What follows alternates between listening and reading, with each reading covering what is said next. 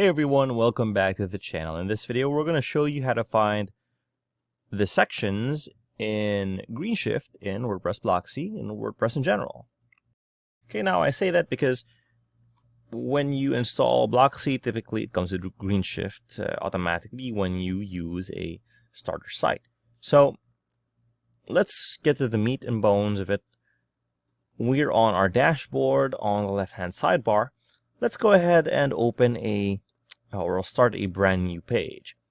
Now, you can do this with an existing page, but for purposes of illustration, we just want to make it clean for you, just so you can see where to find the layouts, or sections, that is.